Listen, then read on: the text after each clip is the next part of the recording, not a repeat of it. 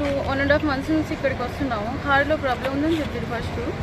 తర్వాత చాలాసార్లు చెకప్కి వచ్చినాము. లాస్ట్ ట్యూస్డే ఇక్కడ వచ్చి జాయిన్ అయినామండి. ఆపరేషన్ 2 times పోస్ట్ పోన్ చేసిరు. ఇట్లా రిస్క్ ఉంటుందని కూడా ఏం చెప్పలేదు. 5% రిస్క్ ఉంటుంది, 95% సేఫ్ అని చెప్పారు. సేఫ్ అని చెప్పి మండే ఆపరేషన్ చేశారండి 12 గంటలు. ఫస్ట్ ఏమో 4 units కావాలన్నారు బ్లడ్. తర్వాత క్రిటికల్గా ఉంది సిచ్యువేషన్ అని చెప్పి మళ్ళీ 8 units కావాలన్నారు. ఇక్కడ స్టోర్ లేదు, అప్పటికప్పుడు తీసుకురమ్మన్నారు. అయినా అరేంజ్ చేసినాం, మాకు ఇక్కడ ఎవరు తెలియదు. అయినా మళ్ళీ తర్వాత ఆపరేషన్ అయిన 12 గంటలు కూడా ఆయన కాన్షియస్లో లేరండి. కాన్షియస్లో లేకుండా రోజు అడుగుతుంటే ఏదో ఒకటి సమాధానం చెప్తూ వెయిట్ చేసారు.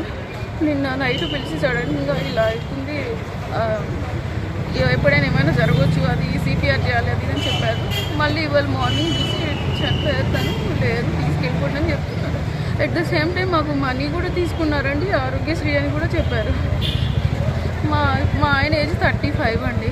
మా ఇద్దరిది love marriage, inter caste marriage కూడా. ఇప్పుడు నాకు వేరే ఆధారం ఏమీ లేదు.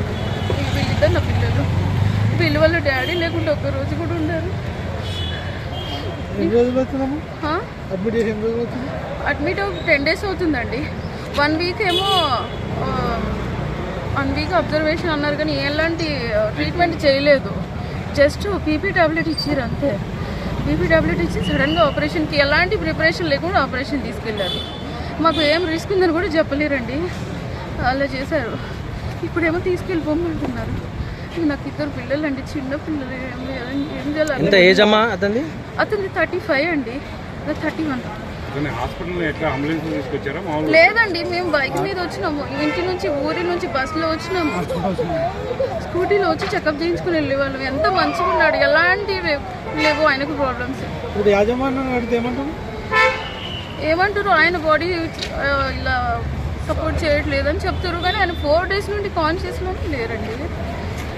అంటే పేషెంట్ ఎప్పుడు చూసారు మీరు? నేను రాత్రి చూసానండి, అది కూడా దూరంగా.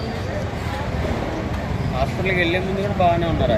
నడుచుకుంటూ వచ్చామండి చెకప్కి, బస్సులో కూడా వచ్చాము. 1 week హాస్పిటల్ నుండి కూడా లైవ్లో ఉన్నారు.